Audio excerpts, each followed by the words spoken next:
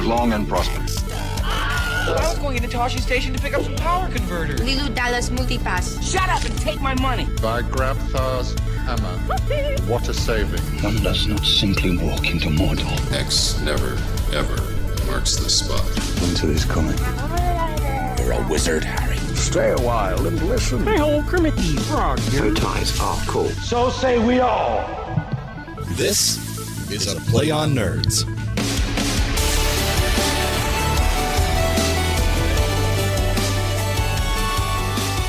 All right.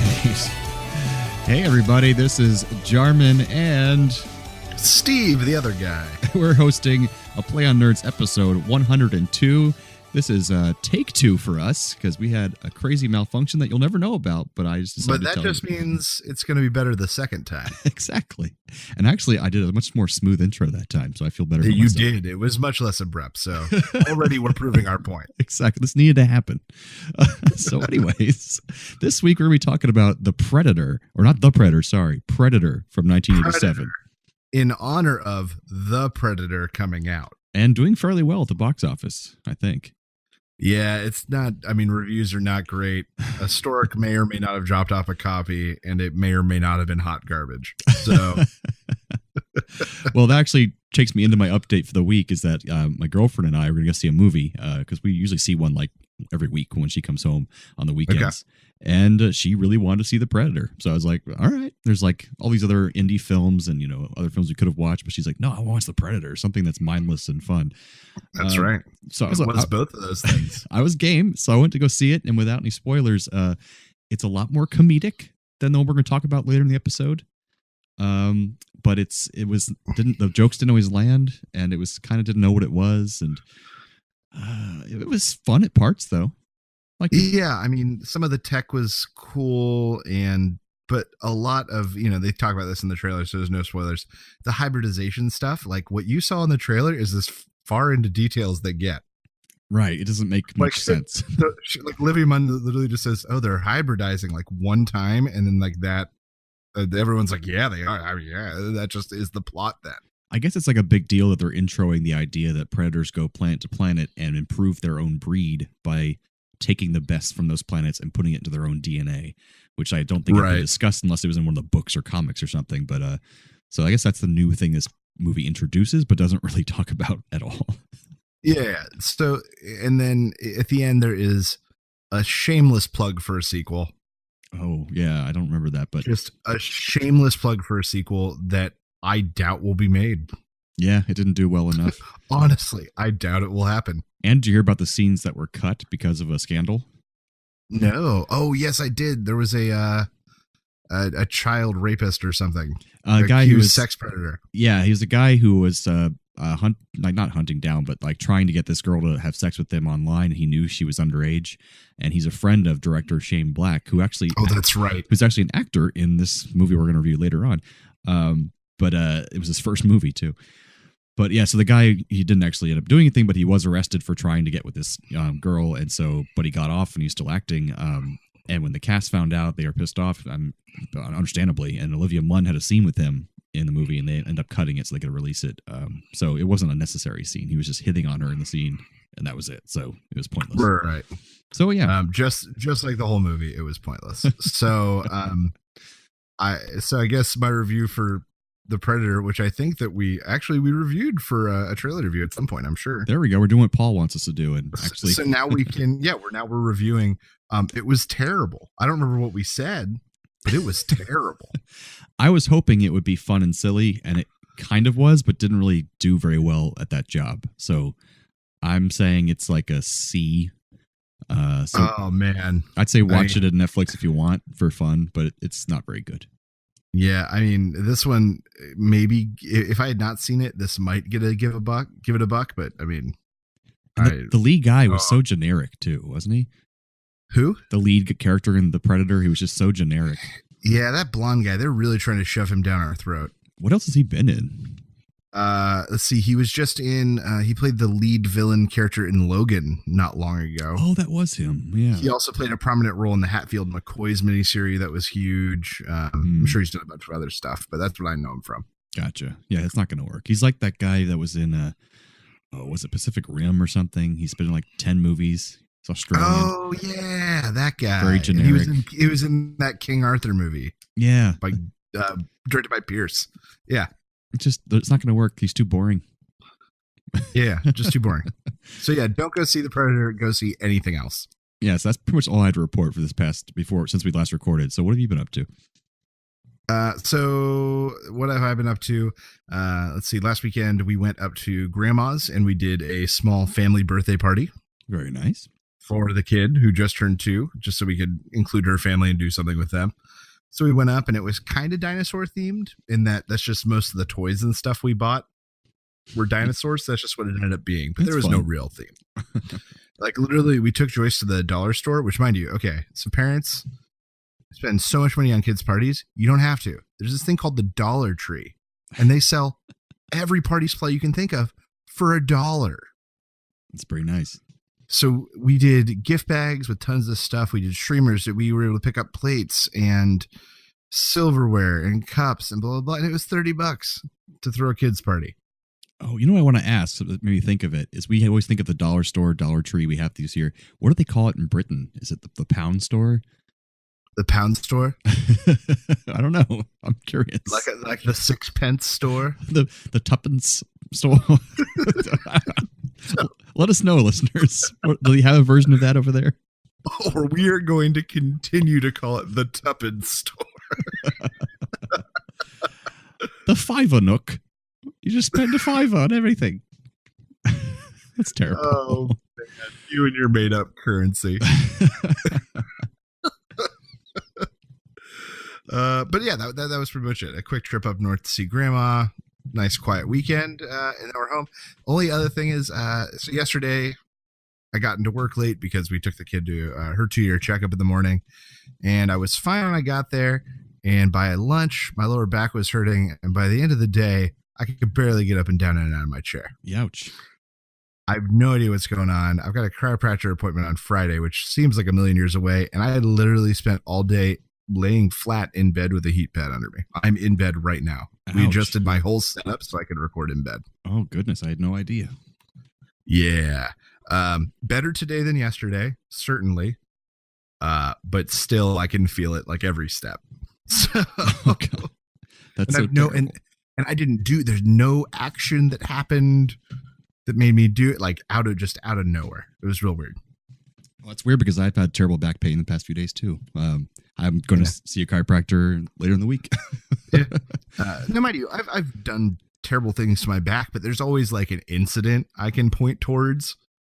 Like I was holding this heavy box and then tried to move it on a shelf to my left and just twinged it. Like I've always said, this was like I was sitting in my chair eating a bowl of beef chili from the cafeteria, and my back broke.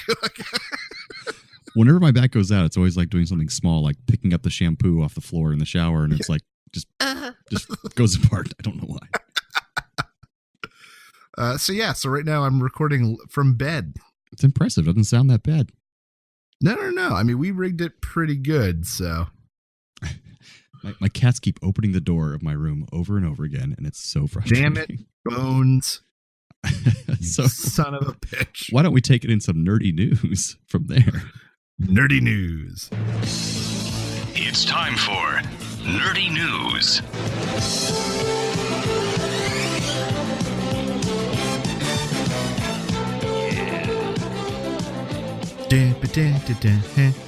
So what you got for us, Steve? So this week, my cheeky name for my cheeky story is Dead Man Walking Dead. So in the midst of The Walking Dead hitting like an all-time ratings plummet, basically season over season since season 3 or something. It's really sad. So while they do still have high ratings overall, they're nowhere near where they were at their peak. Right. And so most of us, and especially with them announcing the actor that plays Rick is going to be leaving after this next season, that this would be it, or we'd be close. But the producers and the people at AMC have talked this week about a 10-year plan for the Walking Dead franchise. Oh, jeez. How? So while The Walking Dead, the show we know and love, may end, they are talking about multiple full-length movies that will then spin off into other television shows, or at least that's the dream that they have. Now, mind you, AMC has been notoriously stingy about the budget for Walking Dead, which is why they've lost some of their bigger actors and some of their more established stars. So it's doubtful that they're going to spring for to pay for a movie. But what they foresee is maybe them pairing up with Netflix to share the cost. Netflix gets a Walking Dead movie and they get to as a platform for a spinoff. I wouldn't mind that so much, having it on, because it's easier to watch on Netflix than AMC. Right, and it certainly would get a wider audience, especially now with the popularity of Netflix. But who knows? But I thought Walking Dead was kind of on its last legs, but the cash cow has other plans. Because they said they want to do that show indefinitely, but then as the cast keeps dropping out, But we've said before, they missed their opportunity. They should have had Jump to the Future and have older Carl by a different actor, and we would have followed Carl around. It would have been great. I mean, they also, I think, missed the opportunity in the way that the show was set up to begin with.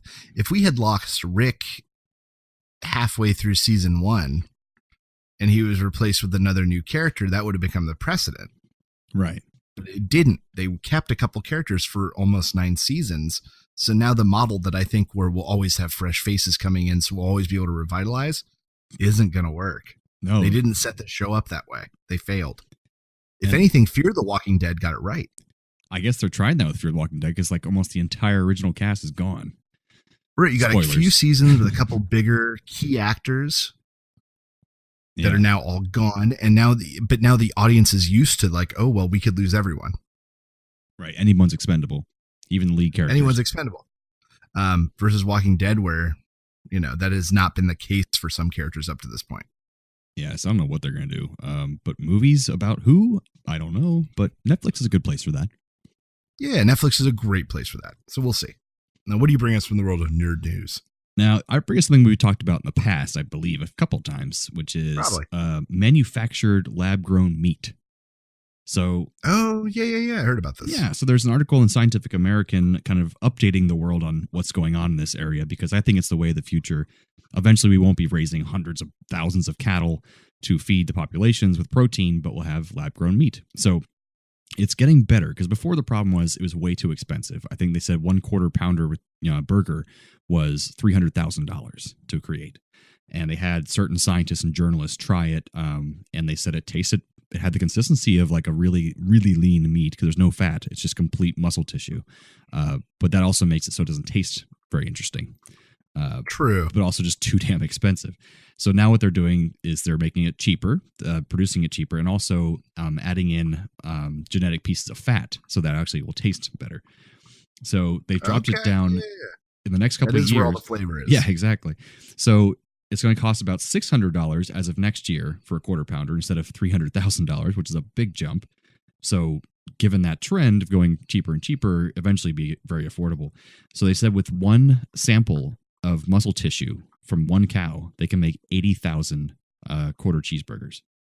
80,000 with just one little sample. And that cow could still be alive and well. It's just poke it, get the sample out, and that cow is perfectly happy. And I'm not a vegan or vegetarian or anything, but I think it's just smart because it's just so wasteful having all these animals that we're populating and all the methane gas going into the air. It's stupid. So I'm just glad that the trend's going to where it's going to be affordable in our lifetimes to have good tasting, cheap, fake meat that is actually real meat just produced in a lab. Right. On a similar note, actually, I think in Chicago, maybe an A&W, which still exists somehow, did their first round of purely soy and plant-based burger patties, and they sold out at twice as quick as was anticipated, because people said they couldn't tell the difference. Wow. That's people who make the root beer, that company? Yeah, but they have restaurants. Oh, I didn't know that. They are mostly known for their hot dogs, and they serve killer root beer floats and frosty mugs, but they do burger and Dairy Queen kind of stuff. I had no idea. Well. Me being a Southerner, I just didn't know these things. But the fact is that, McDonald's and Burger King, their patties are so processed already that, what's the difference if it's plant and soy and all that stuff they put in? Because they're barely meat as it is, yeah. Instead of meat and all that stuff they put in. Beaks and hooves and all these things. We're not going to say from what animals, though. It's pretty gross. All right, well, that was some good ass nerdy news. So that takes us to some a segment about the Predator film franchise timeline. So I'm actually gonna fuck with you a little bit because while we were delayed, I wrote up an entirely another bit. Oh my goodness, what do you have now? That's right. Live radio, folks. To be impressed. So while we were talking about Predator, the original working title all the way up until midway through filming was Hunter. So I decided to talk about a famous U.S. hunter. And there's no U.S. hunter more famous than William Cody, or as most people around the world would know him, Buffalo Bill. Uh-huh. And no, not the "would you fuck me" Buffalo Bill, but the real Buffalo Bill. I'd fuck me. Oh, hard. So he was born in 1846. His father was like an anti-slavery super advocate and would often give anti-slavery speeches. Well, his father goes to a local hitching post, gives a huge anti-slavery speech. A mob forms so upset about this that he gets stabbed. And then like a year and a half later, or more than that, maybe dies from stab wound complications. Like way down the line. Oh, wow. So just festering. So at 11, Buffalo Bill, or William at the time, had to get a job. And so he became a wagon train courier, which is something I didn't think about. Wagon trains passing through to the West were so long in some cases that they would go on for miles and miles without telephones or any other way of passing information. They literally hired people whose sole purpose was to take messages just up and down the miles of wagon train. Like grandma's 3 miles back. Yeah, exactly. Well, go let the back know that we're going to camp in 20 miles. They send a kid on a horse. So he did that for a while. There's evidence that he actually worked for the Pony Express for a bit, though he's not in any of their official registers. There's enough as evidence and accounting that they believe that that's what happened. And then he worked as a Union scout during the Civil War. Did quite a bit. Oh, yeah. He's been all over the place. So after the Civil War, he takes a job hunting game to keep railroad workers working. And that is where he earns his reputation as the great hunter, because in one season, he brought in, some reports vary, but the general is about 4,800 buffalo. Wow. In one season. And at one point made, now in recollection, that was way too many. They almost went extinct. But it actually is famous for winning a bet against a guy who was using like a modern repeater rifle, and he was using his old one shot, and 68 buffalo in a day or something. Wow. So he took out 68 buffalo in a day with his one shot rifle. Right. And beat this other guy. So he becomes so well known throughout the military and everyone that Ulysses S. Grant asks him and General Custer as a favor to lead a Russian Grand Duke on this big hunting trip while we were trying to cultivate foreign relations at the time. Gotcha. It's like build up a So friendship. he gets hired to take out this Russian ninny hunting. So after that, he joins the Army, the U.S. Army, as a scout, is really heavy in Native American affairs and right on the frontier. He actually earns the Medal of Honor at one point, but in 1916, it was revoked because they were reviewing Medal of Honor recipients. And apparently at the time, scouts were not considered full Army men for whatever reason. Oh, wow. They were considered free range, so they took it. But then in 1989, they were nice enough to give it back. So he did receive the Medal of Honor eventually. So is this a white dude or was he a Native American? This is definitely a white guy. Oh, Definitely okay. a white guy. All right. I always assumed Buffalo Bill was a Native American. So with his fame, he gets invited to Chicago to do this show called The Scouts of the Plain, telling, stories to people in big cities. So he takes his buddy James Omar Hundro, or as most people know him, Texas Jack, and his other buddy, Wild Bill Hickok, and they go and they perform the show. And it does so much so well and makes them so much money that they all just stay. None of them go back to their other jobs. They all just stay and do this show for 10 years. They do this show.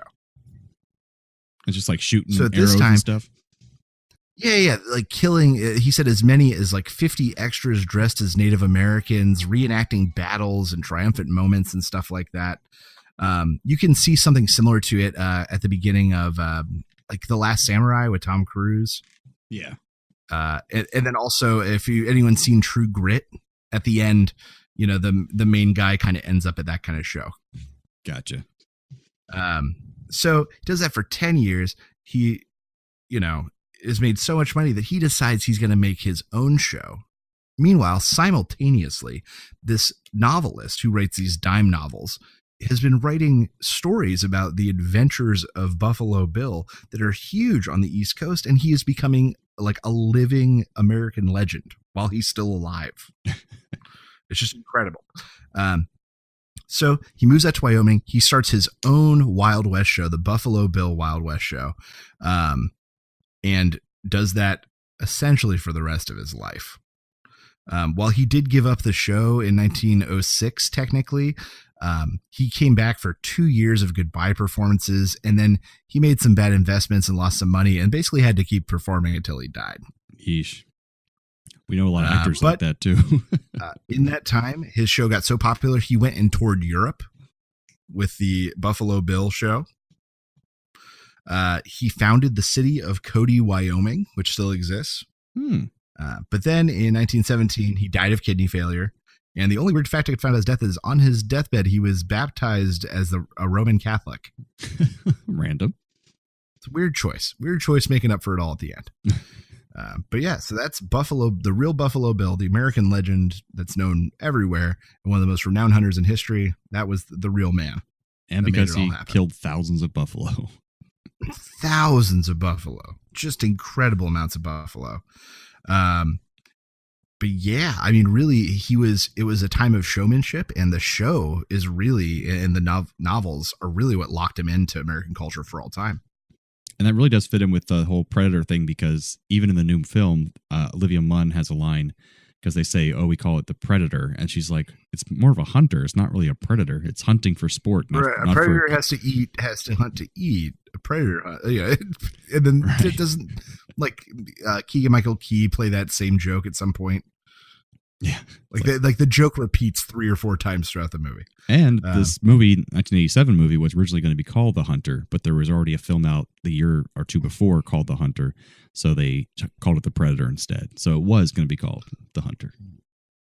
Right. And that's also, they changed the name when the movie took like a giant production turn in the middle, which we'll talk about. So yeah, that is Buffalo Bill, and talking about some hunters or predators to get us talking about the 1987 film Predator. Oh yeah. Oh, that was beautifully timed. Just beautiful.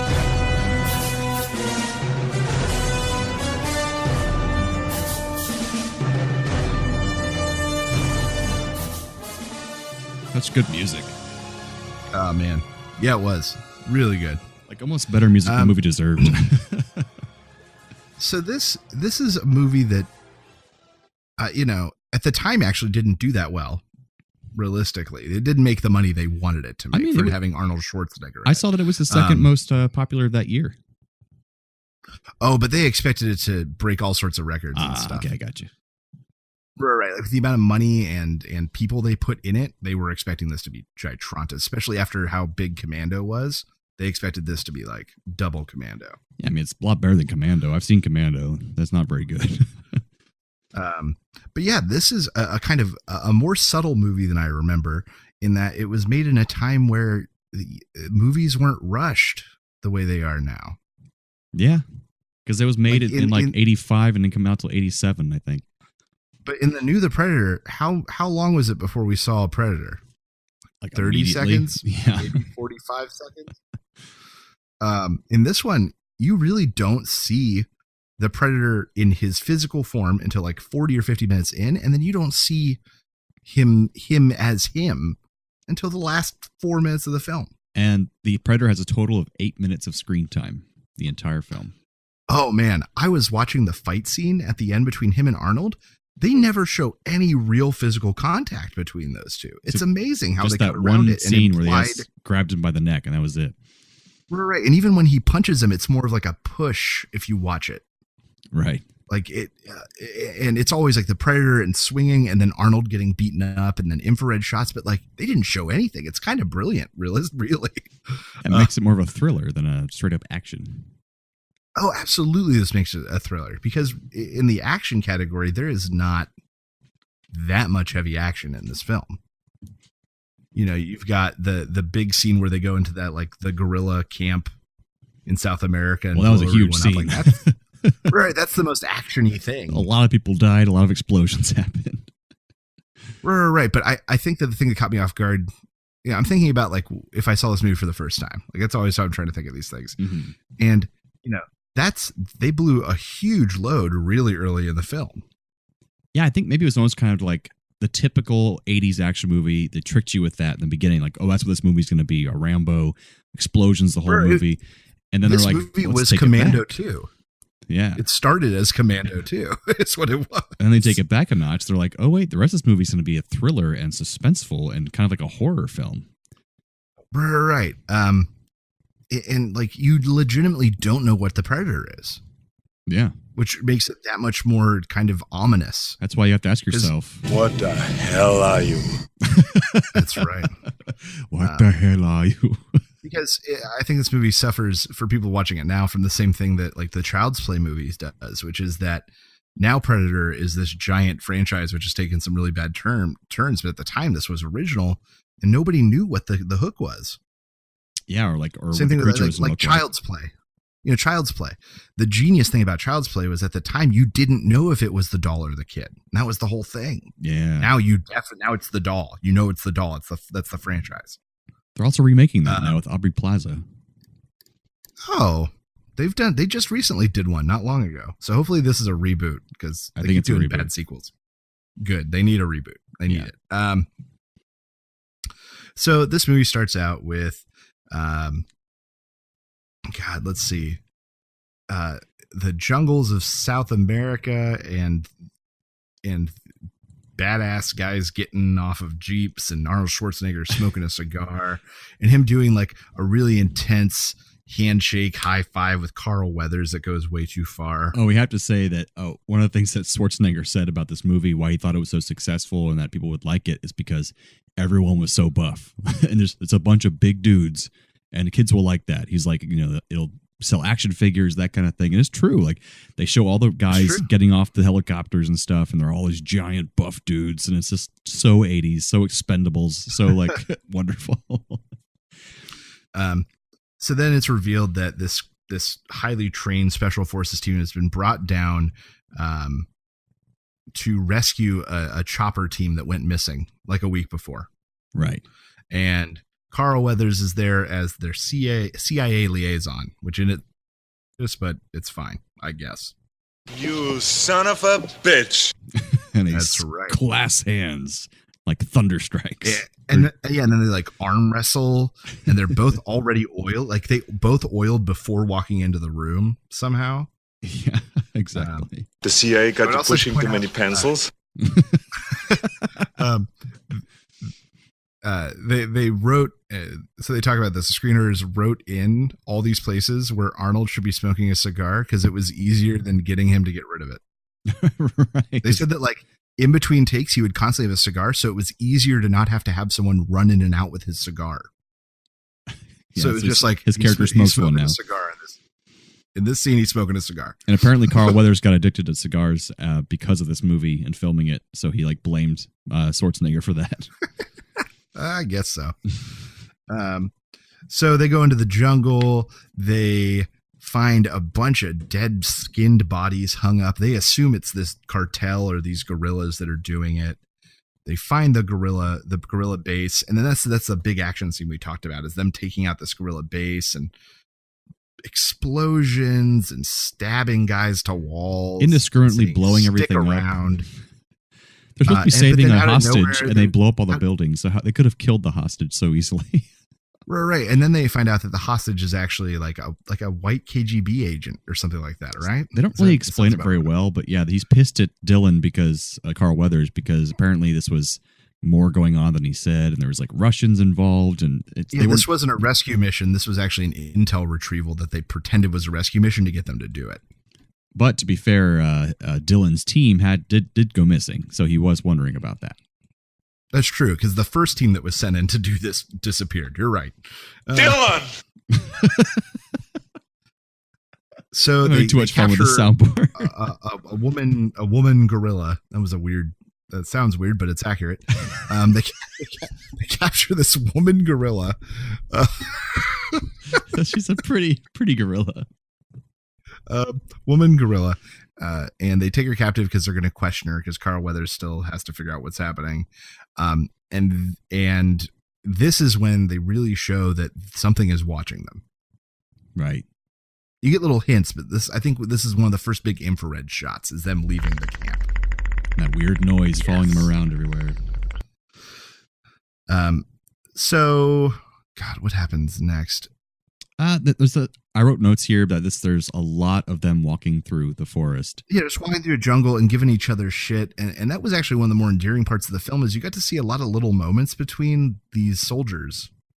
Which is good, but there was about 5 minutes there where they were just walking and not saying anything, and music was playing. That's true. They could have cut that down like 3 minutes. So then, the woman gorilla at one point makes a break for it while they're not paying attention. A guy goes and chases after her, separates from the group, and that's when the predator strikes. Takes his first victim. They find her covered in blood, saying that a ghost came out of the forest or something and took him. Right. So at this point, it's just them getting picked off then. Like, that's really the rest of the film. Yeah, and they just them getting picked off one by one while they're trying to figure out what's hunting them. And we missed also part of the 80s sequence that before, when they were destroying the gorilla camp, was they even did all the typical catchphrases and lines and stuff. And stick around. One of my favorites is Jesse the Body Ventura, who says this. You're bleeding, man. I ain't got time to bleed. That's become immortalized, where he says, I ain't got time to bleed. I got time to bleed. It's so stupid. And stick around. That was really stupid too. So then they finally realize that something is hunting them. Right. And they don't believe necessarily the first guy who sees Jesse Ventura get killed, because he's saying, or no, they don't believe the woman because she's saying the forest just basically took him. Right. And she's a captive and, a gorilla lady. Lady gorilla. So then Jesse the Body Ventura is sitting, he hears something, and then like a weird porcupine comes out, and then he gets hit with an energy blast, and that's when you know that like this is for real. They know that something is hunting and killing them, and then they have a 40-second scene where they all shoot at the forest. It was ridiculous. They just loading clips never end. Into the forest. So now, mind you, at this point the predator is injured, and that's when you see the green blood for the first time, and that's like that's really the first confirmation in the film that what they're dealing with is not human. That's true, and they don't see the blood for a while because the lady gorilla keeps it to herself. She puts it on her, rubs it on her clothes, but then she doesn't tell them till much later when they figure out she actually speaks English.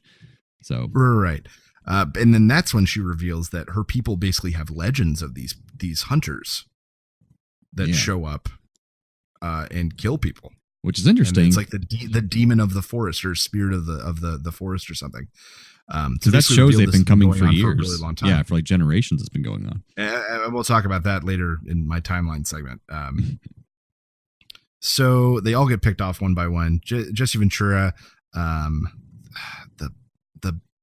black guy who shaves with the razor, I can't remember his name for the life of me. Mac. I want to say Mac. Okay, cool.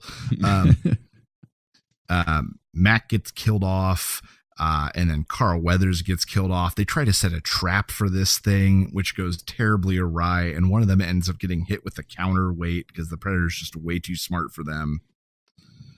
They make a break for it. Billy, who's like the big, strong, silent type, who's apparently a Native American actor, or supposed to be, anyways. Realize. Yeah, stays behind and takes his shirt off and takes out a knife. And you think you're finally going to get to see like a really cool fight scene. But no, they don't do that. He just dies off screen. He dies off screen and screams. Just all you hear is Billy screaming. And Billy! Billy! So now it's just Schwarzenegger, the scout guy who's terribly injured, and the lady gorilla. Schwarzenegger sends the other two ahead. Get to the chopper. Get to the chopper! That's the one. Wait, he gives them orders. Hold on. Mac, Blaine, the nest. Billy, Pancho, the guard, Hawkins, Dylan, back up. As soon as they're set, I hit the fuel dump. That was a little earlier in the movie. A little bit, just a little bit. So he stays behind, gets hunted, and then ends up going over a waterfall. Is that right? Yeah. That sounds right. And covered in mud, and that's when he realizes that when he's covered in mud, the predator can't see him. He can't see me. And hunts by some sort of heat vision. So that's when he comes up with this plan. He booby traps a bunch of stuff and makes some explosives somehow. In a bow and arrow, once again, somehow he does all that. In theory, he's got special training, so maybe this is feasible. Yeah, he's a Marine. When he's ready, he literally like yells out like Tarzan to bring the predator. And then the predator shows up to hunt him. It's an epic scream. It really is. So at first he's able to evade the predator because he's covered in mud and it can't see his heat signature. He is able to set off an explosion that takes out its cloaking device so it can't turn invisible anymore. But then eventually the predator is just too smart and too big. Arnold Schwarzenegger falls into some water. All of his mud is gone. Mm-hmm. And the predator is on him. In a final confrontation, the predator, basically admitting that he is a worthy opponent, takes off his tech. And decides to fight Arnold Schwarzenegger hand in hand. Motherfucker. And this is the one time you get to see the Predator's face. And like, you know, the fact that they saved it for the last 4 minutes of the film is spectacular. And it's like really good practical effects. It had lots of rotors and things in the face. It was all animatronic type things. Beautifully done. Yeah.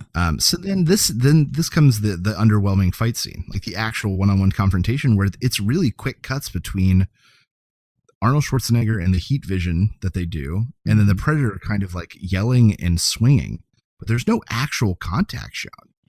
If anything, I think it's the one detriment of the film is that we waited so long to see this confrontation, and they kind of had to skirt around it, probably due to the technical aspects of what they were doing. Yeah, it's too bad because apparently I've heard that it was so hard for the guy to walk around in the Predator costume the way they had it made, even though he's a 7'2" big guy. But so they had to have bungee cords attached. They had to take out later in post to kind of support him while he was walking around in this terrible terrain. Supposedly the entire Predator rig with the armor and everything was about 200 pounds. It's crazy. So like I can understand why it's hard to do a fight scene with that, you know. And this is a guy who was used to wearing terrible costumes and doing costume work. He had just gotten done with Harry and the Hendersons before this movie. Yeah, big ass costume. So he was an actor who was used to heavy costumes, and this costume was way too heavy. They had all sorts of trouble making that costume, so it makes sense. So in the end, Arnold Schwarzenegger basically gets lucky. The Predator doesn't fall for a trap, but luckily the counterweight he had set up to spring that trap is just above the Predator, and he springs it, the counterweight falls, and crushes the Predator. Before saying this. Come on. Do it. Do it. Come on. Come on. Kill me. I'm here. Kill me. I'm here. Kill me. Acting. Come on. Kill me. I'm here. Well, if anything, I think it's the most appropriate acting in the film because it was so bad that not even the Predator bought it. That's true. So if anything, I think it's the one time it's appropriate in the film. That's true. So then you see the Predator still has some signs of life. Arnold Schwarzenegger goes over. The Predator's like coughing up blood on itself. And in a last act of dickishness, flips open a thing on its arm gauntlet, types some stuff in, and then a countdown clock begins. And he starts laughing. And laughing maniacally. It sounds like but you know, it's partially the laugh of the Native American guy earlier. That's what I just barely noticed. But then he like expands on it because it was like, because he copied the laugh of the guy earlier. Right. And they show that earlier, him like copying voices and those sort of things. And there's a few references to it throughout. Arnold Schwarzenegger gets away. He gets picked up by the gorilla lady and the scout and his boss, and presumably lives to see another day. Hopefully. Apparently in the novelization or something like that, he is taken to a hospital, and before they can debrief him and possibly, make him disappear for seeing an alien or whatever, he escapes from the hospital, and we'd never see him again. So he's just out there. So amusingly enough, and this isn't in my timeline, but something I read in one of the graphic novels or comics or something, his younger brother is like a police detective in Detroit and has a whole saga run in with Predator of his own. Random. His Dutch's little brother has a Predator adventure of his own. So overall, a much more subtle film than I kind of remembered it being. It definitely has its flaws, but man, compared to some of the films that are made now, it's so good.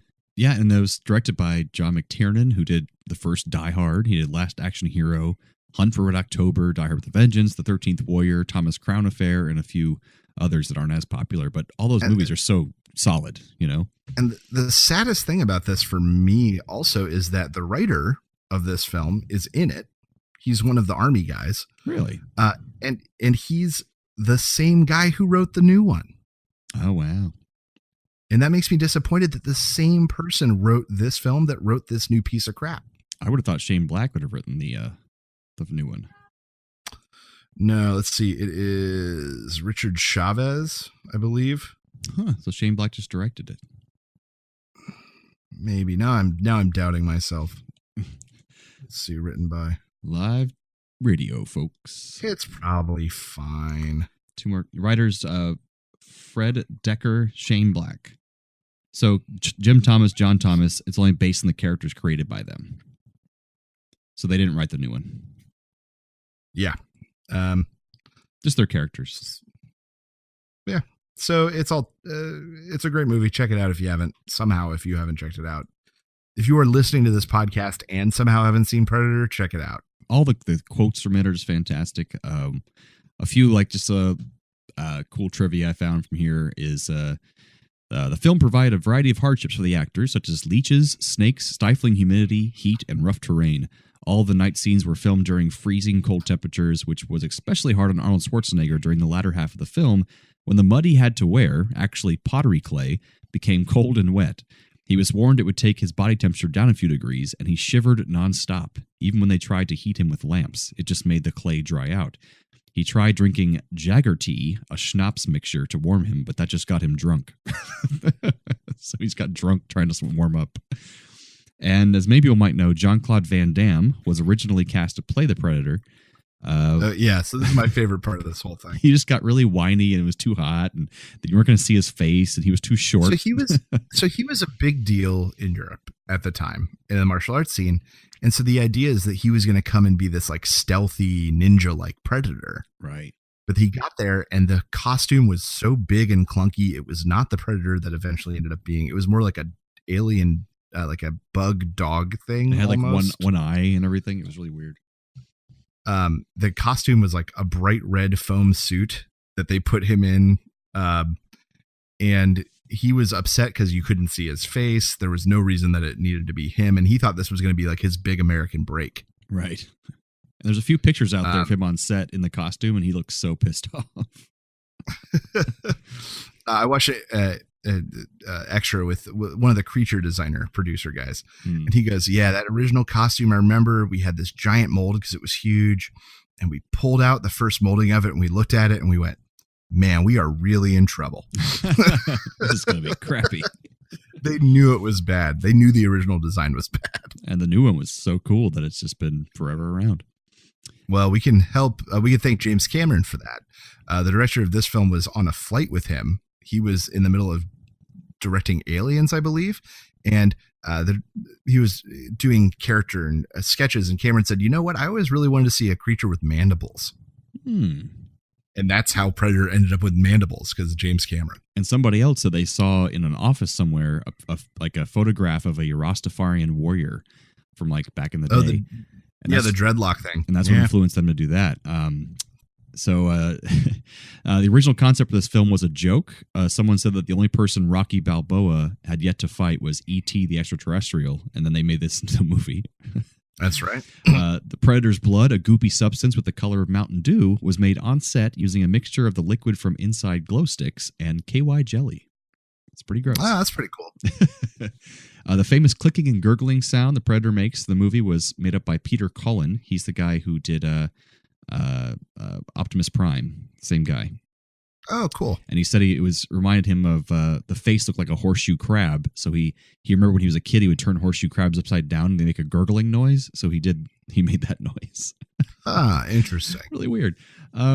Attempt was made to my favorite bit of trivia from this. Oh yeah, go for it. It's my one piece I'm gonna have. Is that years before, Jesse the Body Ventura and Arnold Schwarzenegger were both bodybuilders together and were in competitions together before and had this really heavy rivalry.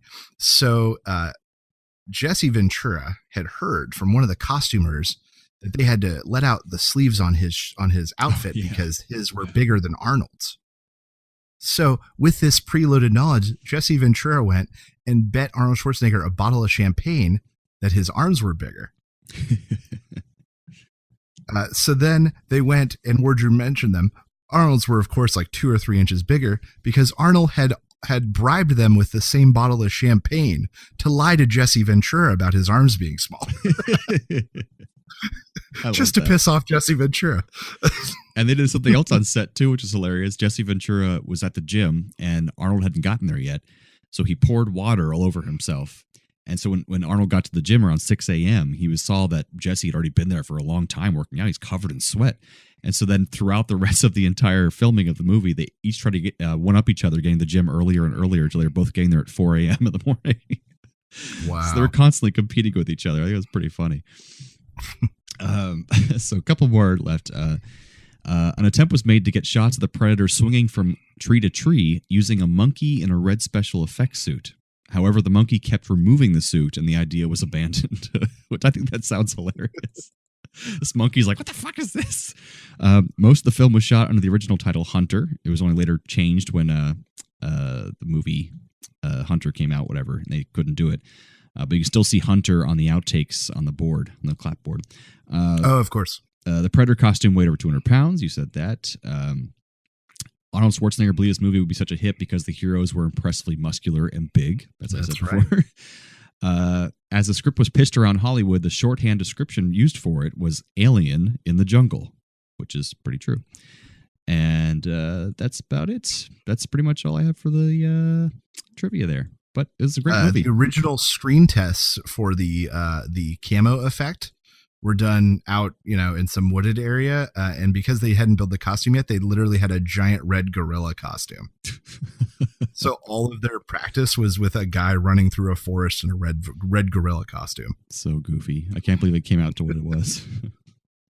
Yeah, really cool effect. To this day, super cool effect. It is. It worked really well. So now to lead us out of that, let's talk a little bit about the overall Predator timeline. Please. So Predators, both from the sort of extended films, Alien vs. Predator, and the main films, the Predator franchise, have been coming to Earth for a long time, as Jarman mentioned.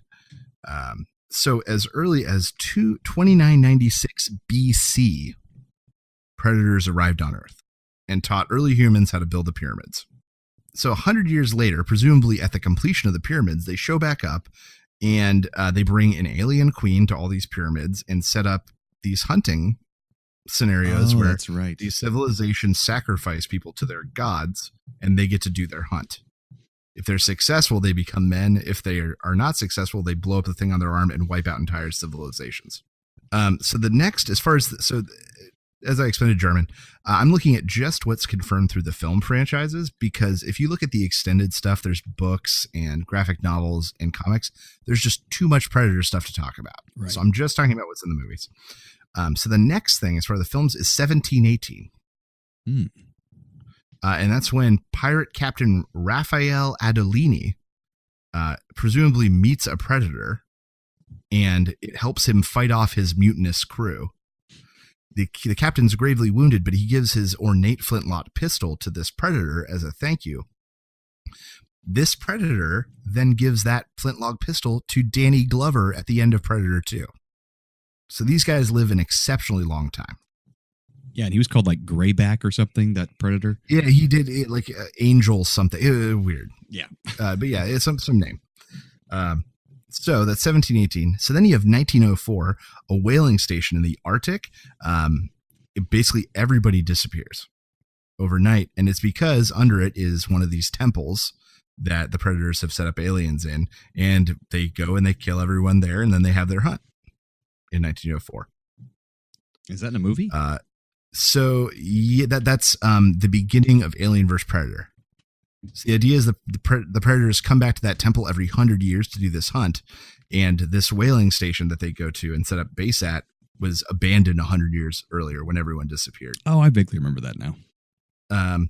So this is mentioned in one of the films, I believe Predator 2. In 1945, it's believed that the dropping of the atomic bombs attracted the heat and the conflict attracted predators back to Earth at that point. So they left in 1904, but didn't come back until they saw the atomic bombs. Supposedly. So then you have the events of 1987's Predator. Nice. Which we just discussed, followed by the events of 1997 of Predator 2. Wow, it was 10 years later? I didn't realize it was that long. Oh, yeah. Well, I think, the movie released in 91, but it was set in 97. Oh, that's weird. So, yeah. So even though it released when you're thinking, it was set in a near future kind of scenario. Gotcha. So then you get to October of 2004 when a satellite picks up a heat bloom in the Arctic because the predators have started their hunt, and that's Alien vs. Predator. So then you have the events of Alien vs. Predator just a few days later. So like in theory, that happened October 10th. So on October 14th, a predator ship crash lands in a small town in Colorado, and aliens get loose there. A predator from their homeworld finds out this happens and comes to clean up the mess. And those are the events of Alien vs. Predator Requiem. Oh. Great films. Requiem was better than some of the other ones, truthfully. So then you get to the 2010, and that's when you get Predators, where 8 elite soldiers from all over the world are captured, taken to this foreign planet to be hunted. Wild game preserve. That's when they introduced the idea of a super predator and a regular predator, and there might be like blood divisions in predator society. I don't think I ever saw that one. Yeah, it was okay. It's got Adrian Brody. It had some good moments, certainly, but it's not a cohesive film by any means. And then now cut to now, October, November-ish of 2018, the events of The Predator happen, the most recent one that came out. Right. And that brings us up to the present. I looked it up, and nowhere in any of the films are predators mentioned in the future, like beyond modern day. So they're not brought up in any of the alien stuff. They're not brought up in any of the Covenant or, they don't come up anywhere in the future. Something else that I found interesting is that, so the Predator, they basically, the director and producers have said that they're not acknowledging that the Alien vs. Predator movies happened. But they are still acknowledging they're the same universe, though. So here's the problem with that. They admit they're not canon, but Jarman saw the movie. When they're in the lab, there are all these Predator artifacts kind of in cases. Right. And one of them is the main character's handmade spear from Alien vs. Predator. They're confusing shit. Not only that, but the spear is tipped with the tail of a xenomorph. So that means that they also knew about xenomorphs in some capacity, even back then, in theory. So even though they said it's not, they're disavowing it. They have stuff from it. So a little bit weird, but something to think about is that, they showed up as early as 2996 BC. 100 years later, they brought the first alien queen. That means that by that point, they had the xenomorph. Right. And so if you're looking at the if you're looking at the Prometheus and those timelines, that means that the xenomorph existed, thousands and thousands of years before mankind got out of control and they maybe wanted to wipe us out. It's all very confusing. It's all extremely confusing. So then the question becomes like, did the predators meet the engineers beforehand and conquer them and take it? What is the relationship between the two? It's been explored in some comics. But from a timeline perspective, you really do have to drop some things because canon doesn't make sense anymore if you don't. Oh, it's like so many other film franchise universes that get too convoluted for their own good. Oh yeah. And Predator is exactly the same. We'll see, as I said, they set up for a really terrible looking sequel at the end of The Predator. I don't know if they're going to get it. Oh, now I'm remembering what the setup was. Yeah, we won't spoil it, but it's pretty. It's like I don't care about what they set up, basically. But we'll see. So I think that's been our discussion of Predator and the Predator franchise. And that brings us to a game of Would You Rather? Would you rather? Would you rather? That's the new clip I found. Man, where the hell did that come from? It was this random song called Would You Rather, a nice little Motown ditty. Oh, nice. So yeah, would you rather? So before this first would you rather question, do you know what a life straw is? Have you seen these things? I do not know what that is. So think of it's a Brita filter and a straw. Okay. Oh yeah, but I know what that is. They're manufacturing them for like kids in Africa, so kids can go drink out of stagnant ponds with them, that kind of thing. Good idea. Okay, so you have a life straw. Mm-hmm. With this life straw, would you rather drink out of a New York City toilet bowl or a New York City puddle? Toilet bowl. Why? Because I can know through some research that that's probably cleaner water and fresher than whatever's in that puddle. That's true. That is also mine and Anna's answer as well. I'd still probably throw up on myself, but either way. Well, because the thing is, in the toilet there's going to be, pee and poo particles and stuff, but I can guarantee there's that and worse in the puddles. Right. Exactly. There's pee, poop, and like heroin aids and in the puddles. Heroids. Heroin aids. So yes, I agree. Also the toilet. Hipposyphogonorrhea in that puddle. Would you rather be tased for 30 seconds or fight off 6 cats? Fight off 6 cats, because tased for 30 seconds might stop my heart and I might die. Or I might be able to survive the 6 cats. That was also my answer, is that people die from being tased more often than you think, but I don't think anyone's ever been killed by cats. I mean, you'd be really disfigured maybe, but not killed. Well, yeah, that's my thought. It's like, worst case scenario is they get one of my eyes. Right. Okay, so fight off 6 cats it is. All right, so this is a lifetime one. All right. So for the rest of your life, would you rather always have to have your shirts tucked in or never tuck your shirts in again? I have to say never tuck my shirts in again. Occasion. Because it still works. That is what I went with, because you can always, go that if you're going to a wedding or something, you can go with a messy, dressed up look. Yeah. And be the cool guy. I'm a rebel. But if I had to have my shirt tucked in forever, man, I'd go insane. Yeah, I just look it's so restricting. Now that I have more of a gut than I did in my youth, like tucking in a shirt just doesn't look good anymore. Oh yeah, I mean, I've always had a gut, so yeah, it's always it like accentuates a gut when you tuck your shirt in. Oh yeah, I mean, if anything, it just shows your curves. So no tucking it. All right, no tuck. I think we decided, and that has been Would You Rather. Which brings us to some trailer reviews. And a sound clip. There we go.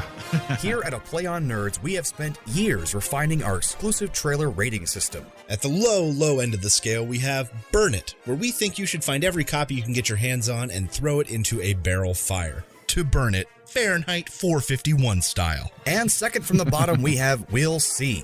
Maybe the trailer was too short. Maybe it was cut oddly. Or maybe we don't know what the hell we just watched. We'll see. Up next, we have Give It a Buck. Whether you hit a red box, a dollar movie theater in the bad part of town, or a cheap online rental, give this movie a buck and enjoy it without breaking the bank. And at the top of our rating system, we have Shut Up and Take My Money. The wallets have been charmed out of our pockets, and we are ready to make our hard-earned cash disappear. And that's our patent-pending trailer rating system for A Play on Nerds. That's right. All right, German. What movie are we starting out with this week? So we'll go with the less impressive one first, called Killer Kate, which is on one of the many horror movies coming out this October. I can't believe my little sister is getting married. I'm so excited, Kate. Poor girls all by themselves. Y'all be careful. So here's the deal. I don't want to starve you of the action, but I have to have the first kill.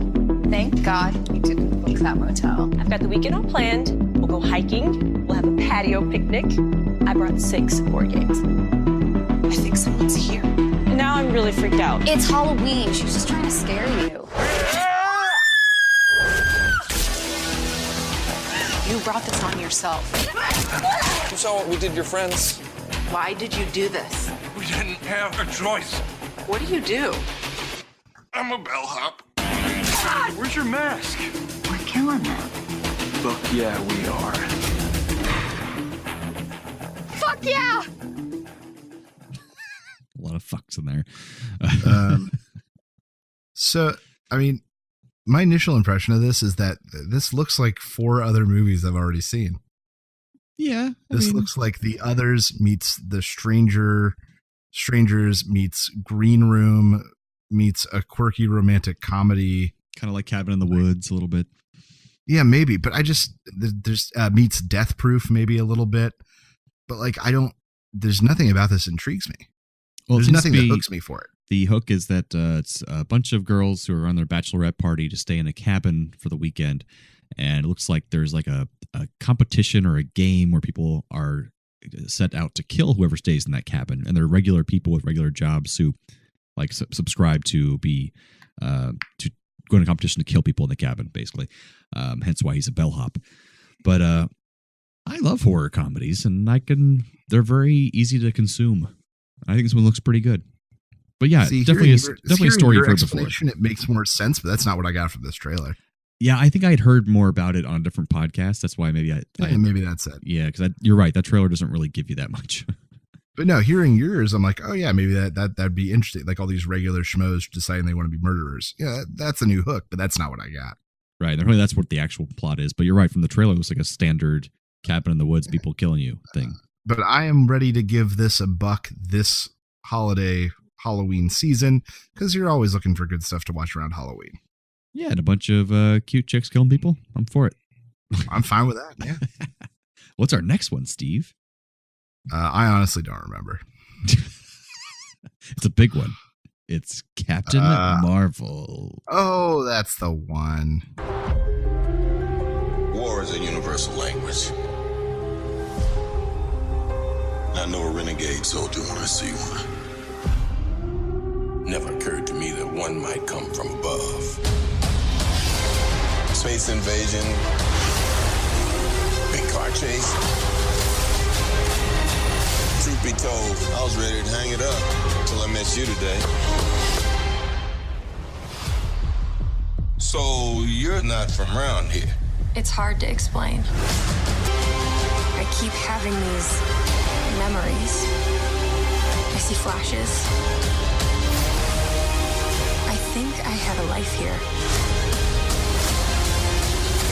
But I can't tell if it's real. We have no idea what threats are out there. We can't do this alone. We need you.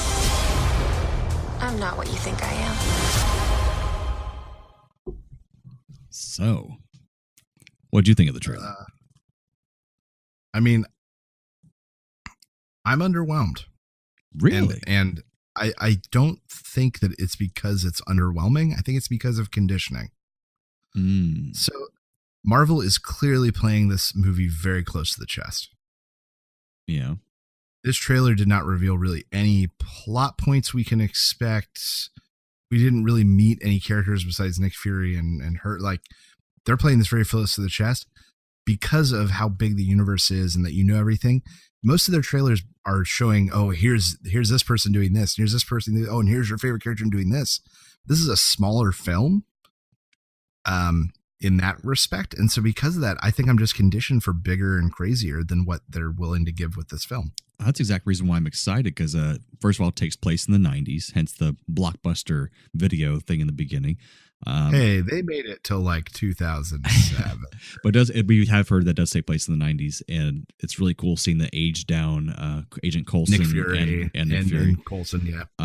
And I like the fact that it seems also like it's finally going to be a little more dramatic, which no one was begging for because we have so many dramatic DC films, but this seems to be more emotional, and I think the reason for that is they cast Brie Larson, who's a fantastic dramatic actress.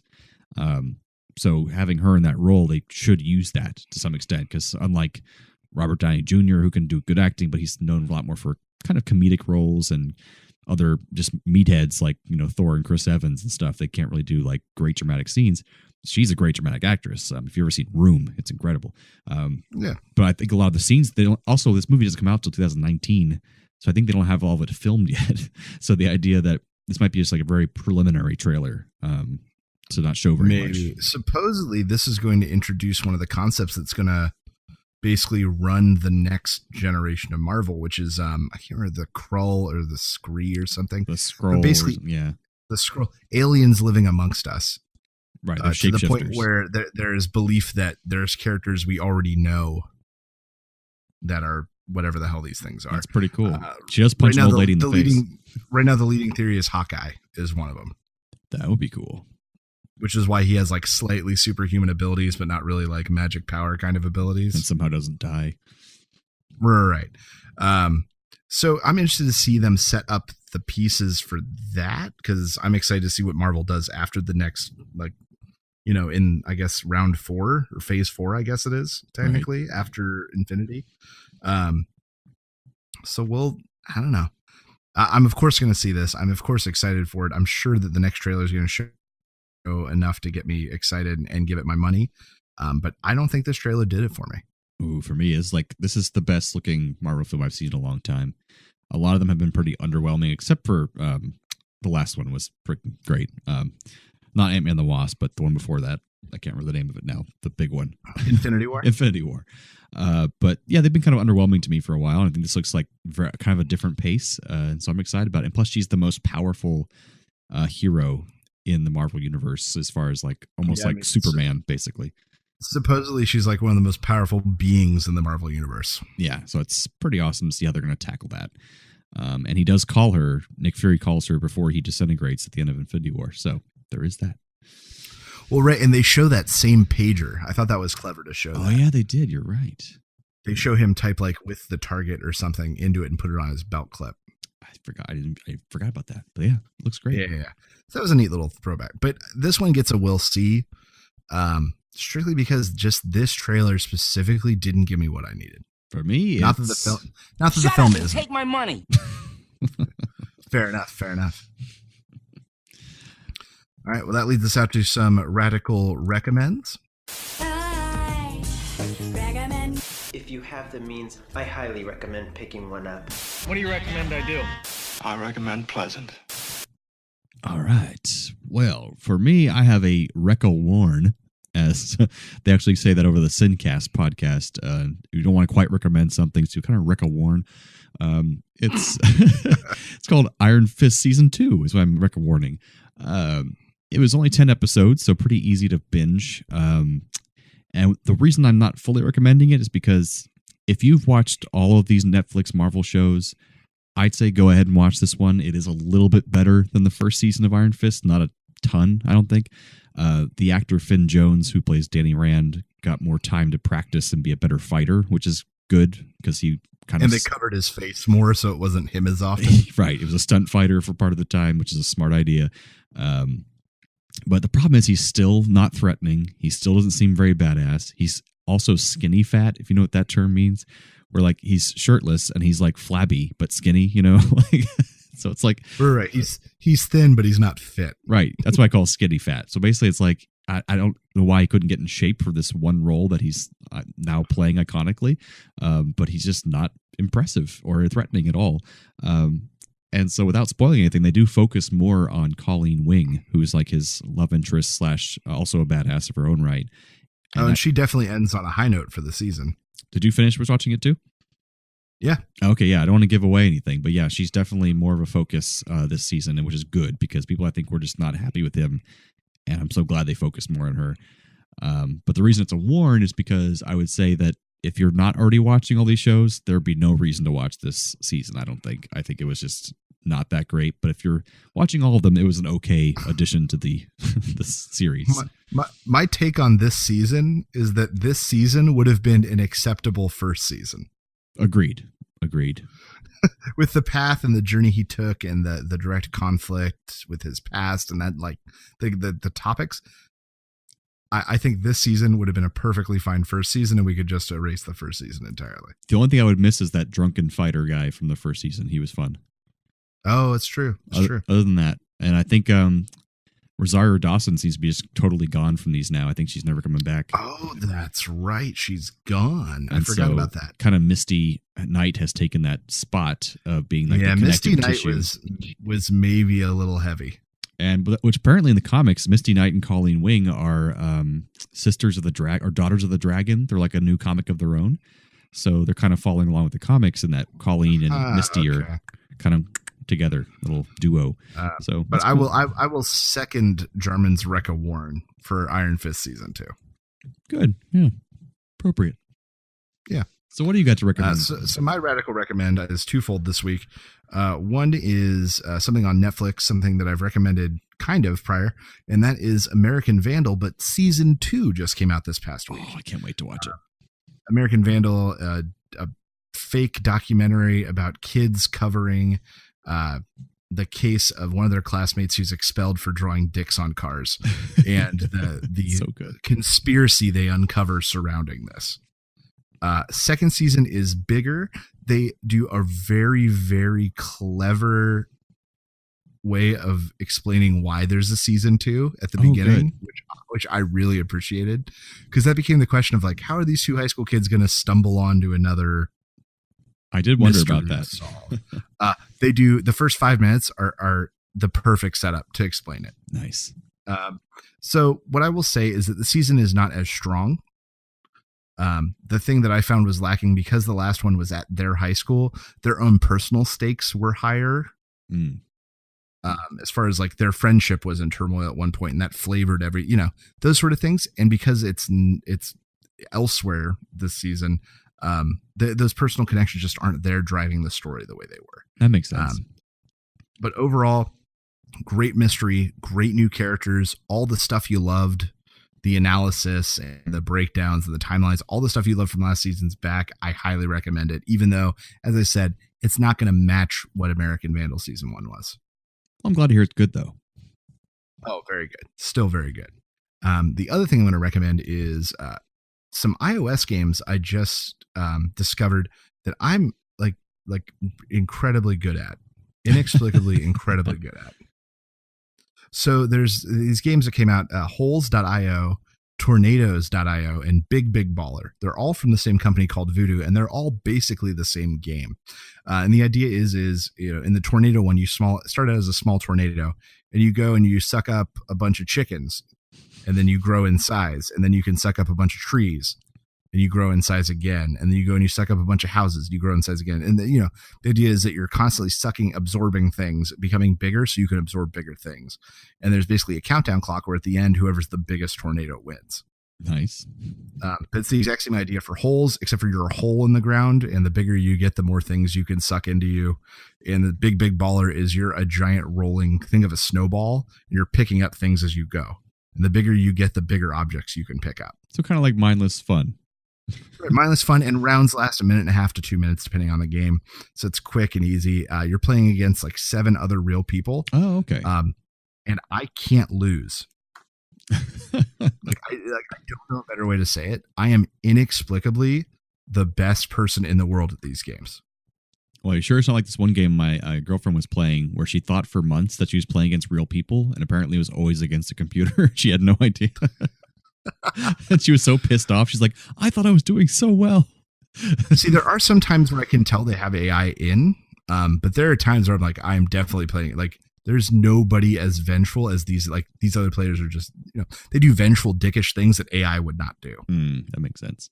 But it is clear sometimes that it's like, oh, we didn't have enough head count, so we filled it with 2 AI. Gotcha. But yeah, holes.io, tornadoes.io, and Big Big Baller. I highly recommend them. For those who need a way to pass the time. So that brings us to our thank you section. Thank you for being a friend. Travel down the road and back again. Your heart is true. Your heart is true. Your friend and confidant. Bum, bum, bum. All right. So on Facebook, we have Michael McGovern, longtime listener. Mm-hmm. Old friend of mine. He says on our last episode, reviewing Star Trek Insurrection, he said, for me, it's a meh film. The Star Trek ideas are mostly there, but the execution was a step down from First Contact. The bad comedy, subpar special effects, and a plot very similar to an episode of TNG made it feel more of an episode on the big screen than a motion picture event. That being said, it was great seeing part of the film out on a real location, and the interaction between the cast is always wonderful. Yeah, I think he wrote that right before he might have listened to the episode, because we said a lot of that same things in the episode, and it's true. And that is a good point about being on location. That doesn't happen very much in the episode, so it made it feel more like a movie. But yeah, it was an okay film. A meh film is accurate. Yeah, I would fully agree with that assessment. And then from longtime listener Josh White, an old friend of mine, he wrote in and said, holy shit, this was a good episode of the podcast. You got the levels right this time. It was dense and entertaining. And you having marked differences of opinion on the movie helped. Top highlight, John C. Reilly, Michael Caine, and Admiral Adama. I really had to sit down because I was laughing so much. Well, thank you. Thank you very much. It was a fun episode. And it was. We're both injured with back injuries right now, but we still try to give you a good episode tonight. I hope you guys liked it. When you asked me what the second trailer was, and I said I honestly didn't remember, I took a Percocet before the show. So I wasn't joking. I legitimately, in that moment, could not remember what the second trailer was. I'd say you've done pretty well considering the Percocet. Oh, I think I'm funny as shit. Well then. Well, I think that wraps up another episode, right? It does. Of the Predator/Predators. /Hunters/Predator Hunters. All those things. All the things. So thanks again for joining us.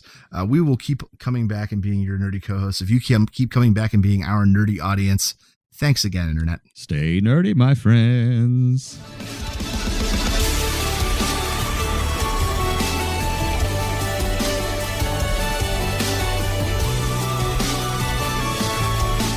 Thanks for listening to A Play on Nerds. Find all of this content and even more nerdy news, reviews, and fun at www.aplayonnerds.com. Be sure to like us on Facebook and follow us on Twitter so you know the exact second we release new podcasts, articles, and other nerdy content. We know you're impatient. Subscribe to us on iTunes, Podbean, Buzzsprout, Podomatic, and whatever the hell else you use. Also, please leave us a rating and review on your chosen podcast platform so we can be discovered by even more nerds like yourself. However you do it, check us out. And how.